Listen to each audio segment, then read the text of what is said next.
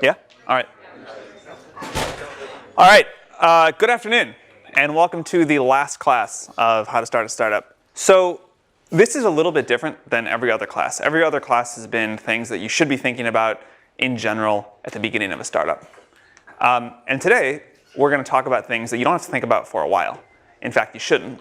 But since I'm not going to get to talk to most of you, again, before you get to sort of post-product market fit stage, I wanted to just give you the list of things that you need to think about as your startup scales, and the list of the things that usually founders fail to make the transition on. So these are the topics we're going to talk about. But again, all of these things are things that are not writing code or talking to users, which means, with a few exceptions that I'll try to note, you can ignore them until after you have product market fit. Most of these things for most companies become important between months 12 and 24. But it's really more about stage than anything else. These are things that usually hit around 25 people and definitely post-product market fit. So just write these down somewhere and look back at them when you get there. So the first area we're going to talk about is management. At the beginning of a company, there is no management. And this actually works really well. Before 20 or 25 employees, most companies are structured with everyone reporting to the founder. It's totally flat. And that's really good, and that's what you want. And at that stage, that is the optimal way that's the optimal structure for productivity. But the thing that tricks people is that when lack of structure fails, it fails all at once. And so what works totally fine at 20 employees is from 0 to 20 employees is disastrous at 30. And so you want to be aware that this transition will happen. And you don't actually need to make the structure complicated. In fact, you shouldn't. All you need is for every employee to know who their manager is, and there should be exactly one, and every manager should know who their direct reports are. You want to ideally cluster people in teams that make sense, of course, but the most important thing is that there's just clear reporting structure, and that everyone knows what it is. And if you want to make changes to it, people understand how to make changes or to hire someone. Clarity and simplicity are the most important things here, but failing to do it is really bad. So because it works in the early days to have no structure at all, and because it sort of feels cool to have no structure, many companies are like, we're going to try this crazy new management theory and have no structure. What you want to do is innovate on your product and your business model. Management structure is not where I would recommend trying to innovate. So don't make the mistake of having nothing, but don't make the other mistake of having something super complicated. A lot of people fall into this trap where they think it's like, people feel cool if they're someone's manager, and if they're just an employee, they don't feel cool.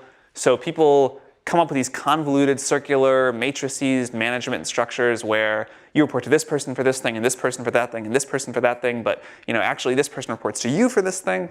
That's a mistake too. So don't try to innovate here. This is the first instance of an important shift in companies, or in the founder's job. Before product market fit, your only job that matters is to build a great product, or your number one job is to build a great product. As the company grows, and at about this 25 or so employee size, your main job shifts from building a great product to building a great company. And it stays there for the rest of your time. And this is probably the biggest shift in being a founder that ever happens. There are 4 failure cases we see all the time as founders become managers. So I'm going to talk about the 4 most common ones. The first one is being afraid to hire senior people. In the early days of a startup, hiring senior people is usually a mistake. You just want people that get stuff done. And the willingness to work hard and aptitude matters more than experience. As the company starts to scale, and at about this time when you have to put in place a basic management structure, it is actually valuable to have senior people on the team. Executives that have built companies before. And almost all founders, after the first time they hire a really great executive, and that executive takes over big pieces of the business and just makes them happen, the founder says, wow, I wish I had done that earlier. But everybody makes this mistake, and it waits too long to do this. So don't be afraid to hire senior executives. The second mistake is hero mode. So I will use the example of, say, someone that runs the customer service team. Someone runs the customer service team. They want to lead by example. This starts from a good place. It's the extreme of leading by example. It's saying, you know what? I want my team to work really hard, rather than tell them to work hard, I'm going to set an example and I'm going to work 18 hours a day. And I'm going to show people how to get a lot of tickets done. But then the company starts growing. Also, they have the normal discomfort of assigning a lot of work to other people. So the company starts growing and the ticket volume keeps going up. And now they have to do like 19 hours a day and then 20 hours a day, and it's just obviously not working. But they won't stop and hire people because they're like, if I stop even for one day, we're going to get behind on tickets. The only way to get out of hero mode in this case is to say, you know what, we're going to get behind on tickets for 2 or 3 weeks because I'm going to go off and I'm going to hire 3 more support team members. And I've calculated based off of our growth rate that this is going to last this long. And next time, I'm not going to make the same mistake. I'll get ahead of it and hire again. But you actually have to make a trade-off. You actually have to say, you know what, I need to hire more people and we're going to get behind on other stuff. That is the right answer. The wrong answer is to stay in hero mode until you burn out, which is what most people do. Third mistake, bad delegation. Most founders have not managed people before, and they certainly haven't managed managers. And so the way that the bad way you delegate is you say, hey, employee, we need to do this big thing. You go off and research it. Come back to me with all the data and the trade-offs. I'll make a decision and tell it to you, and then you'll go off and implement it. That's how most founders delegate. And that does not make people feel good, and it certainly doesn't scale. A subtle difference, but really important, is to say, hey, you're really smart. That's why I hired you. You go off. Here are the things to think about. Here's what I think. But you make this decision. I totally trust you. And let me know what you decide. That's the delegation that actually works. Because Steve Jobs was able to get away with the former and make every decision himself and people just put up with it, and every founder thinks they're the next Steve Jobs, a lot of people try this. But for 99.9% of people, the second method here works a lot better. And then the fourth area is just a personal organization one. When you are working on product, you don't actually need to be that organized in terms of how you run the company and how you talk to people about what they're working on. But if you fail to get your own personal organization system right, where you can keep track in some way of what you need to do and what everybody else is doing and what you need to follow up with them on, that will come back to bite you. So developing this early as the company begins to scale is really important. 2 other things that we hear again and again from our founders they wish they had done earlier. And that is simply writing down how you do things and why you do things.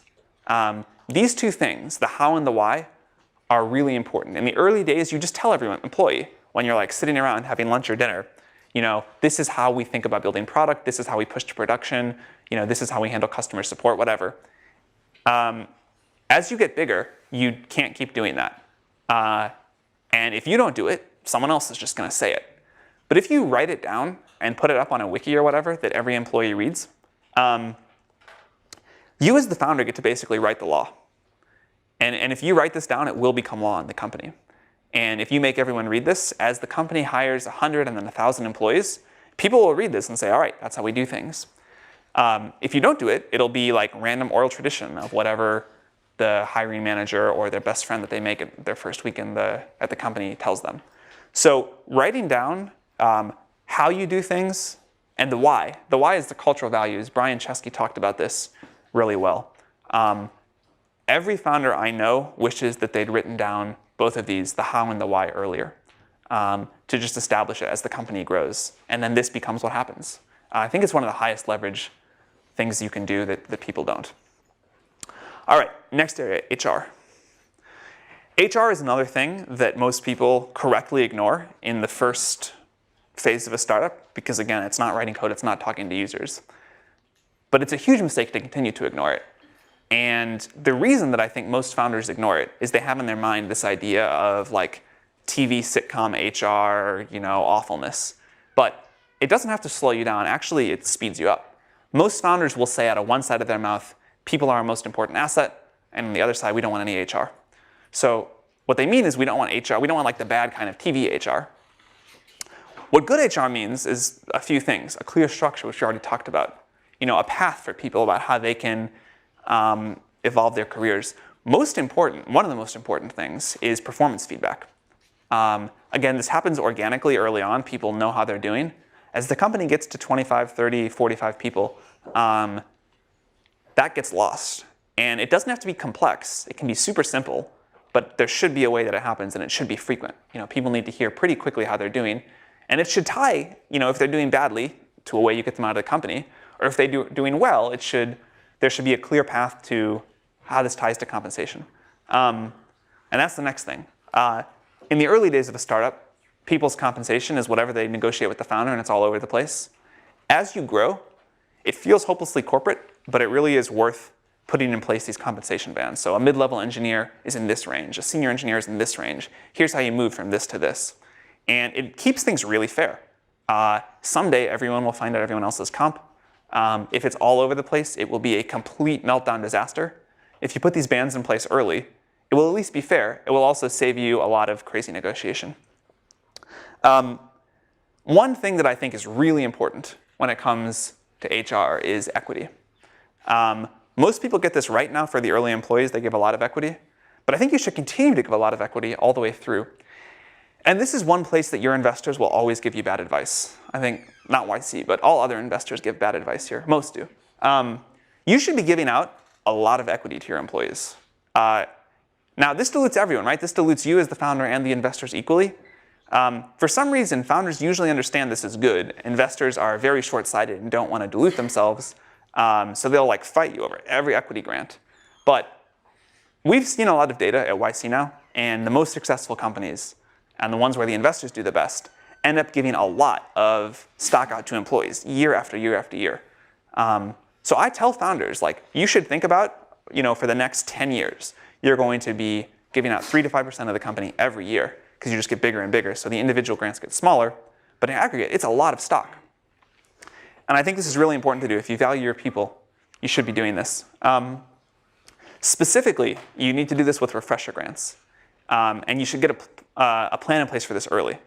I think you never want an employee in a place where they vested 3 out of their 4 years of stock and they start thinking about leaving. So you should always stay in front of people's vesting schedules and have a plan early where you have refresher grants in place. There are a lot of new structures that people have been using here. I personally like 6-year, big grants, but 6 years of vesting, because I think these companies just take a while to build. There's pyramid vesting, where you backweight someone's grant, so in year 4 they get a lot more of the vesting than year 1.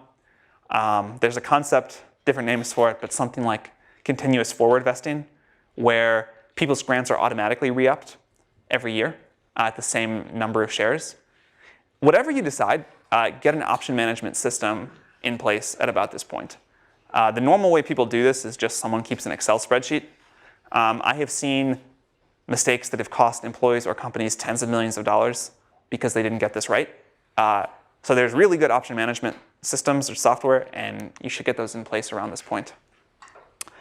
The other sort of HR stuff to touch on, there are a bunch of rules that change around 50 employees. Common examples are that you have to start sexual harassment training and diversity training. There's a bunch of others as well, but just put a little pin in your mind that when you cross 50 employees, there's a new set of HR rules that you have to comply with. Monitor your team for burnout. Again, it's up to product market fit. It's just a sprint. Now it becomes a marathon. At this point, you actually don't want people to work 100 hours a week forever. You want them to go on vacation. You want them to have new challenges and do new things. And if you let the whole company get burned out all at once, that is often a company-ending thing. This is also a good time to put in place a hiring process. Another thing that most founders regret is they don't hire. As soon as everything is working, I think you should hire a full-time recruiter. If you do this too early, that's bad because you'll hire too fast, and that usually implodes. But most founders get behind the ball on this.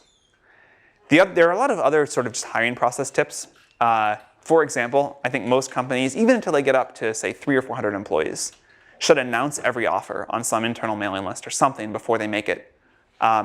Because half the time you do that, someone in the company will know something good or bad about that employee.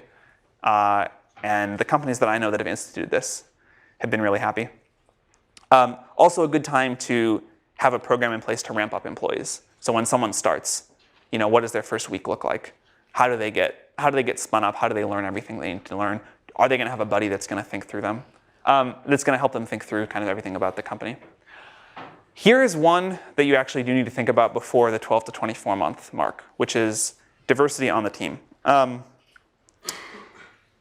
The most common place this comes up, honestly, is people that hire all guys on their engineering team for the first 15 or 20 people. And at that point, you get a culture in place that sort of takes on a life of its own. And most founders that I've spoken to that have made this mistake regret it, and they wished they had hired some diversity of perspective on the team earlier on. Engineering teams are not the only place where it comes up, but that's where you see it the most often. And if you get this right early, you'll be able to grow the team much more quickly over the long term. The other thing to think about is what happens to your early employees. So a common situation that happens is the company evolves past the early employees. The company, so like you hire an engineer who's a really great engineer, but then as the engineering team grows, you need a VP of engineering. The early engineer wants to be the VP of engineering. You can't do that. But you don't want the early employee to leave. They're an important part of the culture. They know a lot. People love them. And so I think you want to be very proactive about this. You want to think about what's the path for my first 10 or 15 employees going to be as the company grows, and then just talk to them about it. Very directly, be upfront. I want sit them down and say, I want to talk about sort of where you want to see your career go inside of this company. All right, so company productivity. This is something that you don't need to think about in the early days because small teams are just sort of naturally productive most of the time. But as you grow, the productivity, I think, goes down with the square of the number of employees if you don't make an effort, because it's sort of one of these connections between nodes. Every pair of people adds communication overhead. And so if you don't start thinking about the systems that you're going to put in place when the company is 25 to 50 people to stay productive as you grow, things will grind to a halt faster than you can imagine.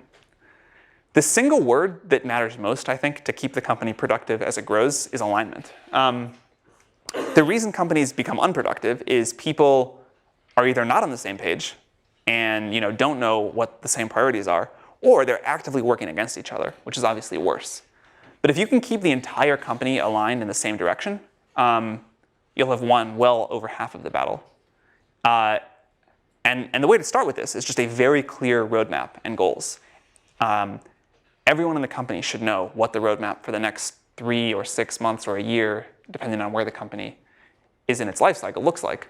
A classic test that I love to give is if I walk into a company beginning to struggle with these scaling issues, I'll ask the founders, if I walked around and pulled 10 random employees and asked them what the top 3 goals for the company are right now, would they all say the same thing? And 100% of the time, the founder says, yes, of course they would. And then I go do it, and 100% of the time, no 2 employees even say the same top 3 goals in order. And the founders can never believe it, because they're like, well, I announced it in all hands 3 months ago what our goals were going to be, and how can they not remember? But it's really important to keep reiterating the message about the roadmap and the goals. And almost no founder does this enough. And if you do it, the company will say, all right, these are our goals, we understand them, we're going to get them done. And it'll self-organize around that. But if people don't know what the roadmap or the goals are, it won't happen. We already talked about figuring out your values early, but I want to reiterate that because that also will really help the company make the right decisions. If everyone knows what the framework to decide is, they'll make, hopefully, the same decisions if they're smart people. You want to continue to be run by great products and not process for its own sake. This is a fine, fine line because you do need to put some process in place, but you never want to put process in place that rewards the process. The focus has to always be on great product. One easy way to do this that a lot of companies try is they just say, we're going to ship something every day. And if you do that, there's at least a continued focus on delivery. And then transparency and rhythm in how you communicate are really important. Most founders wait way too long on these, but having a management meeting every week of just the people that report directly to the founder, the CEO, critical. All hands meetings, not quite sure how often is optimal for those, at least once a month, where you go through the results and the roadmap with the entire company, really important. And then doing a plan every quarter of what we're going to get done over the next 3 months and how that fits into our goals for the year also becomes really important. I put offsites up there because I don't think people do those nearly enough. A surprising number of the successful companies we've been involved with do a lot of offsites, where they'll take their best people for a weekend to a cabin in the woods or somewhere and just talk about what do we want to be when we grow up, what are our most important things to be doing, what are we not doing that we should be doing, but get people out of the office and out of the day-to-day.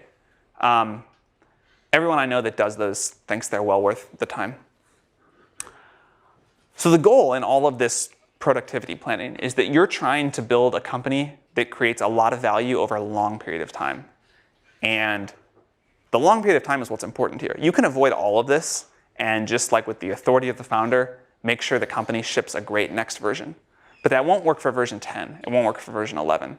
I really believe that the single hardest thing in business is building a company that does repeatable innovation and just has this ongoing culture of excellence as it grows.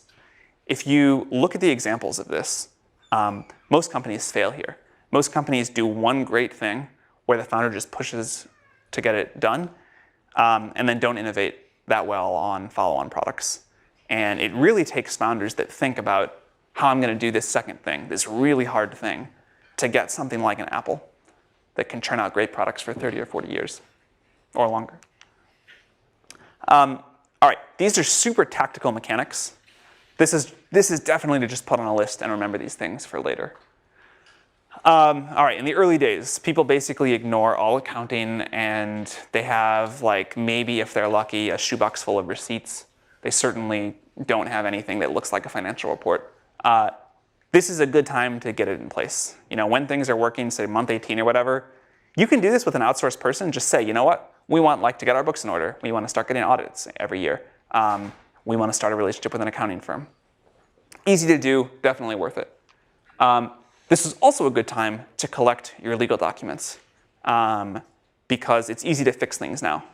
So if you actually assign someone to go through and collect every agreement the company has ever signed, then when your landlord tries to screw you out of your lease and no one can find the lease, which happens like half the time somehow, someone will be able to find it.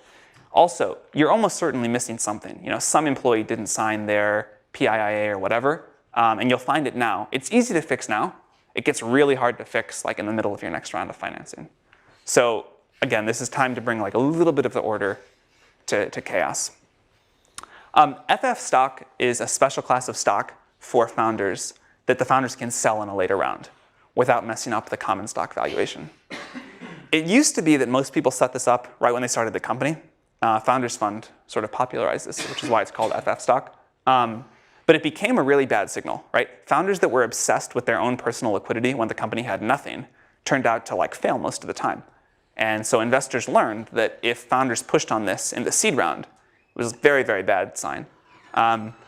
Most founders don't actually want to sell stock until the company is worth like $1 billion or something like that. So I think you can actually safely set this up after things start working in the next financing round, and then you can sell it 2, 3, 4 years down the road. But it's a good thing to remember by about the time you get to the B round. IP, trademarks, and patent. Actually, just IP and trademarks. So you have 12 months after you announce something if you want to patent it. And if you miss that window, it's very hard to do. So 11 months after you launch, or first publicly talk about what you're doing, is a good time to file provisional patents. We recommend people just file provisional patents. All that does is like hold your place in line at the patent office, and it gives you another year to decide if you want to patent something or not. It only costs about $1,000. It takes way less effort than a full patent. And most of the time you'll know whether or not you need the full patent a year later. But if you just do this one step, you'll at least have the option. It's also a good time to file trademarks for the US and major international markets. Again, if you don't do this at this stage, most people end up regretting it. And while you're at it, a good time to grab all the domains. FP&A, good time also, I think, to think about someone to start doing FP&A. I think most companies don't end up realizing where the knobs on their financial model are until far too late. And I think it turns out that if you have someone build a really great model of the business, and by really great, apparently Roelof Botha, who was the PayPal CFO and built their FP&A model, the top sheet of his spreadsheet was 1,500 lines.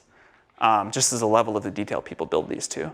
But you can really optimize the business and understand it at a level that I think most people totally miss. Most people don't hire someone like this until they're many hundreds of employees.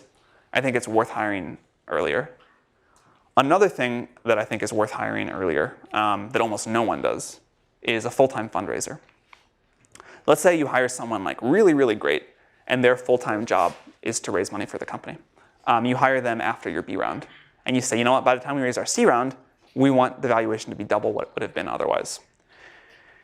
You almost certainly get better results than if you hire an investment banker or someone else, if it's just someone internal to the company, and you end up paying way less money and take like literally half the dilution. So I think this is one of these like slightly non-obvious optimizations that people just fail to make. Tax structuring. So this is another thing. Once things are working, it would be worth you spending a little bit of time thinking about how you set up the tax structure for the company. I confess I don't know a lot about the details here because I just find it personally really boring. But like somehow if you assign all the IP to like some corporation in Ireland that licenses it back to the US corporation, you end up paying like no tax, no corporate tax. But I know you can only do that like relatively early on. And this ends up being a huge issue for companies that don't do it, that compete with companies that do it, once they're big public companies. So that's worth doing. A lot of people throughout the class have talked about your own psychology as a founder. Here's what they haven't said. It gets worse, not better. As the company grows, you continue to oscillate. The highs are better, but the lows keep getting worse. And you really want to think about this early on and just be aware that this is going to happen. And try to manage your own psychology through the expanding swings that it's going to go through. Another thing that happens as you begin to be successful, as you go from being someone that most people rooted for, kind of the underdog, to someone that a lot of people start hating on. And you see this first in internet commenters who will be like, I can't believe this shitty company raised money, it fucking sucks, like awful. And it only bothers you a little bit, but then like journalists that you kind of care about start writing this, and it just goes on and on. This also will go on and on as you get more and more successful. And you just have to make peace with this early. But if you don't, it will bother you all the way through. This is also a good time to start thinking about how long of a journey this is going to be. Very few founders think long term. Most founders think kind of a year in advance, and they think that, you know what, in 3 years I'm going to sell my company, and either I'm going to become a VC or sit on the beach or something. Because so few people make an actual long-term commitment to what they're building, the ones that do have a huge advantage. They're in a very rarefied class. And so this is a good time to like sit around with your co-founders and decide, you know what, we're going to work on this for a very long time. And we're going to build a strategy that assumes that we're going to be doing this for the next 10 years. Just thinking that way alone, I think is probably a very high leverage thing you can do for success. Take vacation.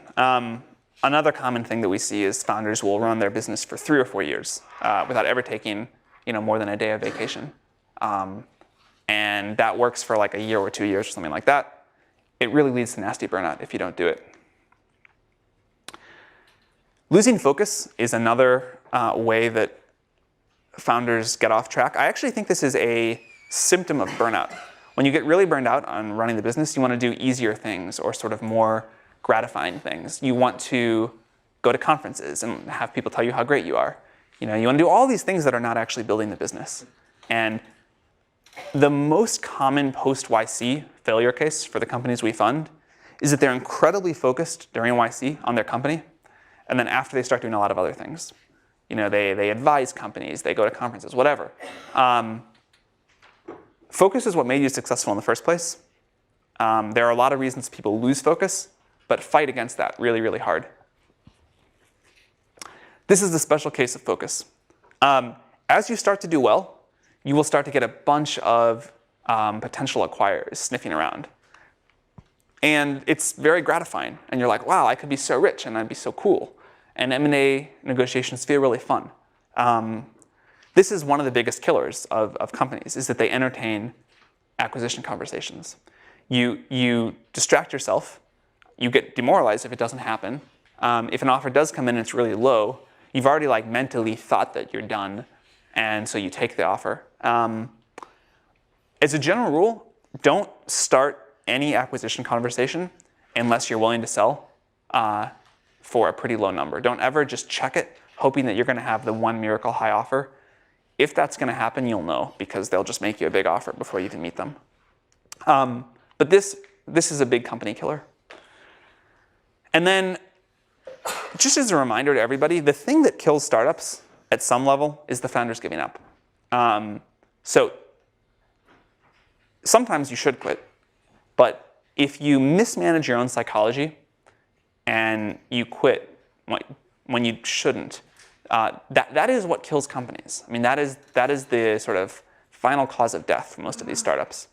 And so if you can manage your own psychology in a way that you don't quit, and don't get to a place where you need to quit or give up on the startup, you'll be in a far, far better place. So marketing and PR is something that we tell companies to ignore for a long time. Everyone thinks in the early days that the press is going to be what saves them. We tell them all the time it doesn't work that way. It's definitely true. Press is not what's going to save your startup.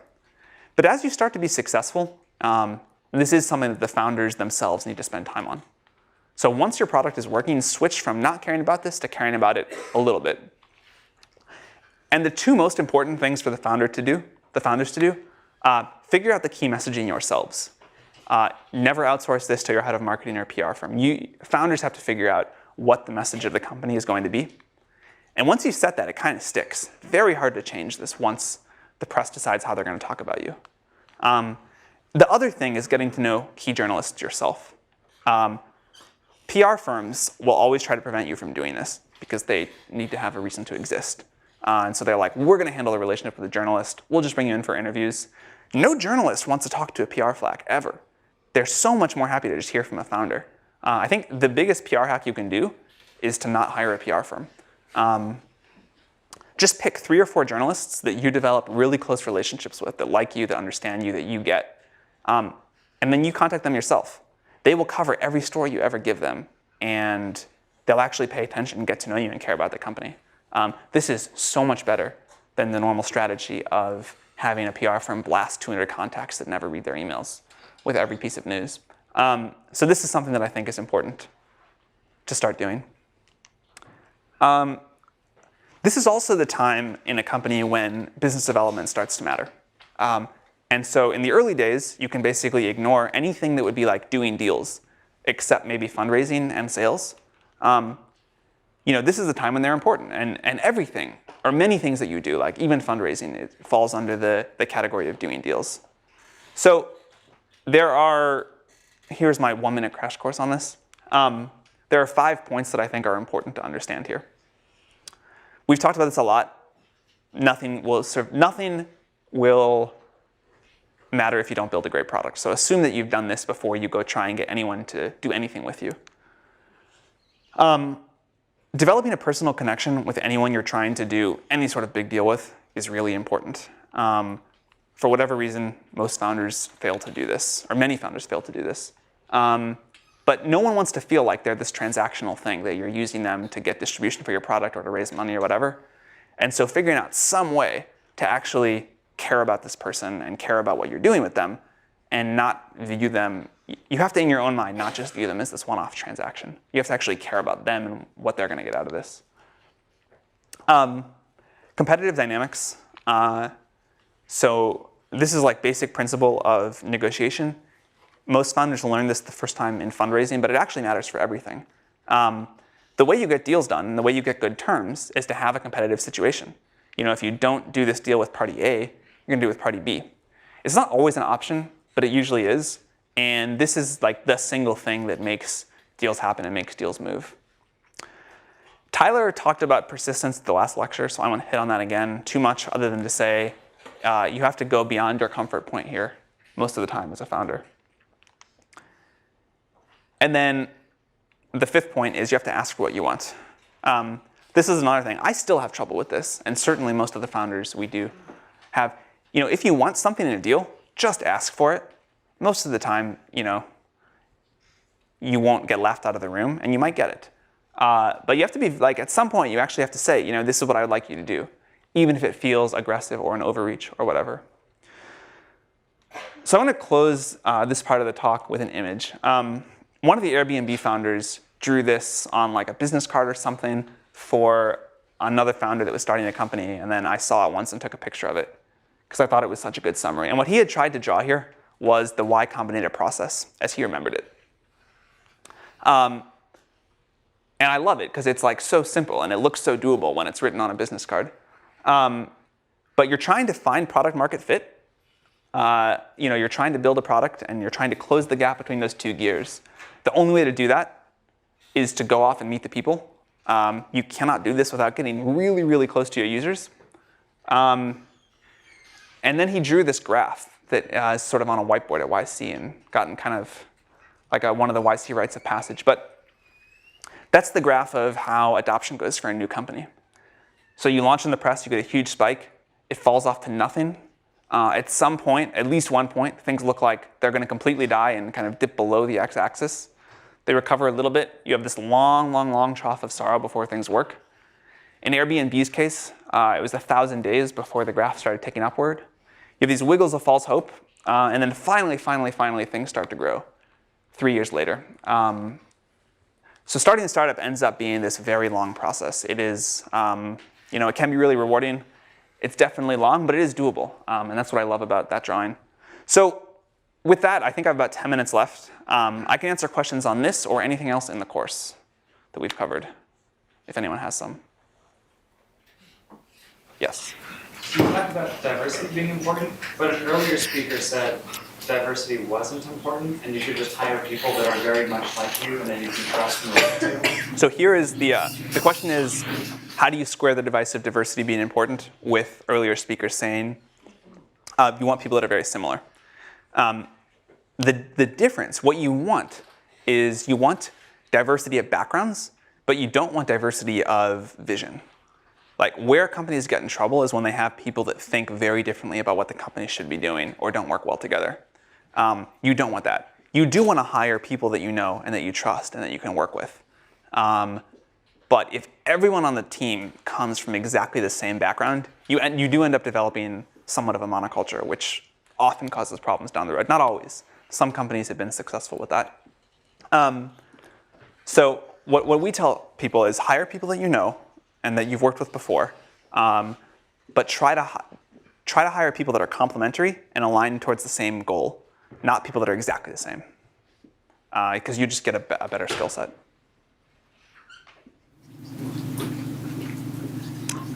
Yeah. So what are some examples of ways to think about productivity tracking on a personal level, especially when you're running companies? Like how do you do that on a personal level and also on a management level? How to keep track productivity systems. So the one I use, which I actually think works really well, is I keep one piece of paper with my goals for sort of a 3 to 12 month time frame, and I look at that every day. And then separately, I keep one page for every day of my short-term goals for that day. And so if I need to do something in like a week, I just flip forward 7 pages and write it down. And then I also keep a list of every person and what they're working on and what I need to tell them and what I need to talk to them about, what we talked about last time. So every time I sit down with someone, I kind of have the full state and a list of things for that person. That works really well. Yes? So we've talked a lot about startups growing, but most startups fail. Yeah. Any advice for kind of how to fail gracefully? Yeah, great question. We should have covered it. How to fail gracefully. So most startups fail, and Silicon Valley almost goes too far in how much it loves failure. Failure still sucks. You should still try not to fail. And this whole thing of failure is great, I don't agree with. But it will happen to most people most of the time. And it's a very forgiving environment. As long as you are upfront about it and ethical and don't let anyone get into a bad situation. So if you're failing, first of all, you should tell your investors. And second of all, you should not totally run out of money.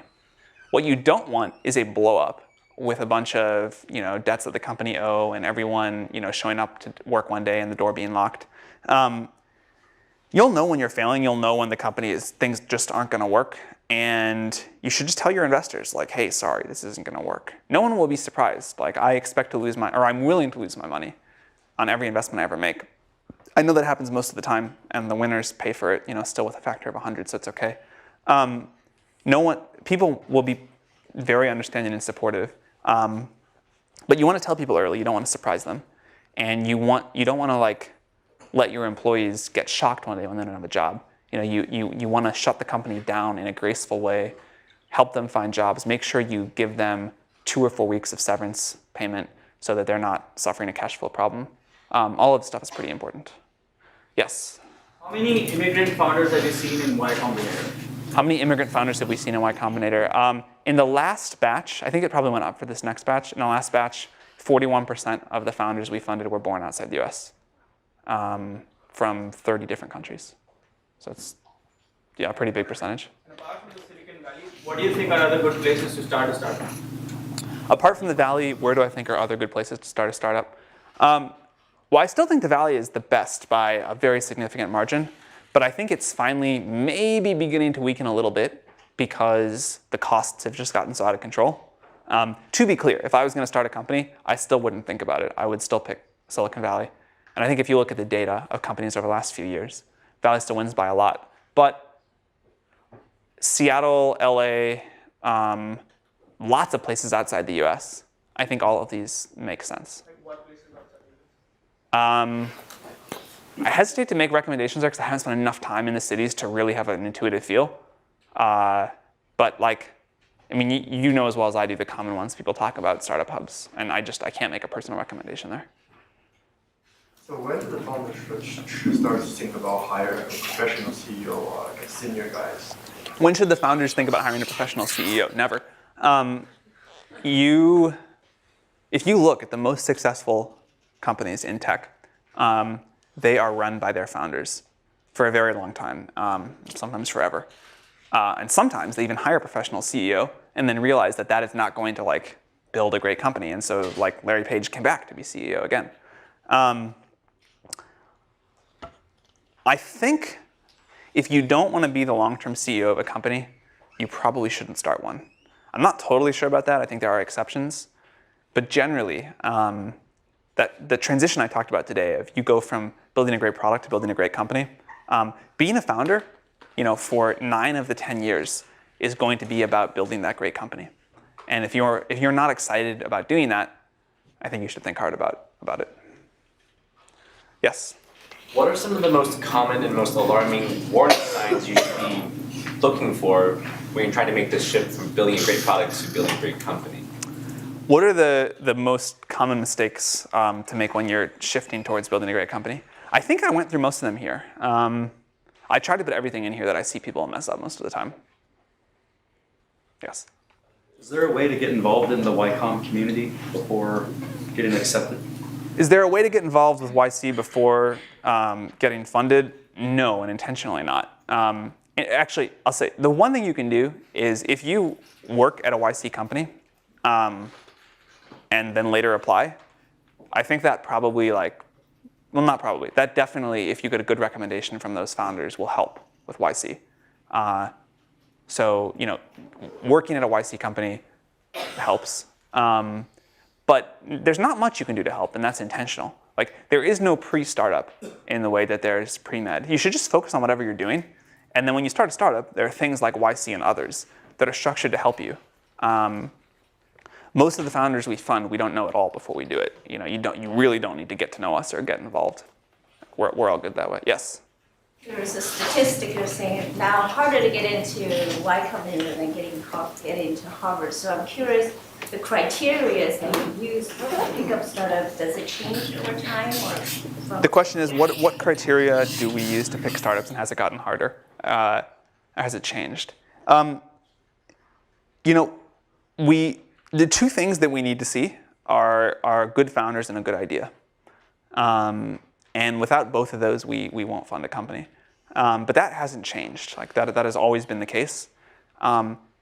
The applicant pool to YC has grown quite a bit, but a lot of the growth is people that shouldn't be starting startups anyway, probably, that are just doing it because it's sort of the cool thing now.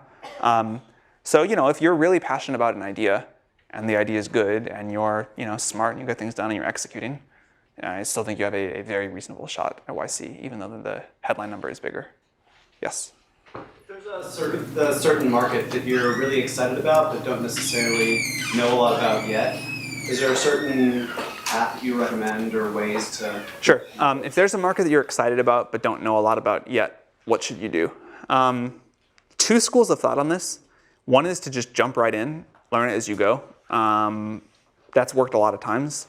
The other is to go work at a company in the space or do something in the market for a year or 2 years. I lean slightly towards the second, but as long as you're willing to really learn and really study and really get uncomfortably close to your users, either case will work. And I don't even think it's that much of a disadvantage. I think all things being equal, I would go spend a couple of years learning about it in detail, but I don't think you have to. Yes? Yeah, I have a question related to YC Sure. too. Yeah, so I think YC did a fantastic job in promoting entrepreneurship in Silicon Valley. In fact, as an institutional investor, actually I invested 3 of the YC in the past few years. But however, right now it seems like you guys have 180 companies a year dumping into the market, and it looks like it's hard to follow each of the YC company anymore. Do you think this will create some, some people will walk away from YC because they cannot follow such a large batch of companies? And usually, in the old days, the company has to be very polished, and the fund has to be think over and over about the idea, and develop tons of VC in some road, and then they got funded. But right now, it seems like the young founders, it's easy to access the capital. All right, so I think the question is, do I think investors are going to fund less YC companies as we grow? No, definitely not. Like, certainly the trend in this is the other way. We have more and more investors saying that, half their portfolio is now YC companies, and they look forward to the day where it's 3/4. No, I don't think that's a problem at all. I think that is so not on my top 100 problem list. The opposite of that, maybe. All right, one more question. Yes? When should a group of founders raise a seed fund? Or the first money? When should a group of founders raise some seed money? This is a great question. I think that in general, it's nice to wait until you have the idea figured out and initial signs of promise before you raise money. Raising money puts some pressure on the company, some time pressure, and once you've raised money, you can't be in this exploratory phase indefinitely. You end up having to rush. And so, if you haven't raised money and your idea is not working, you can, flail around and pivot until you really hit on the thing that's working. But if you've raised money and your idea doesn't work, you're in this oh shit moment, and you have to pivot. And you pivot to whatever the first vaguely plausible idea is. And that's bad. So I think if you can wait to raise any outside capital, more than say $100,000 or $200,000 if necessary, but ideally not even that, until things are working, or at least pointed in the direction of working, you're way better off. All right, thank you all very much. This was fun.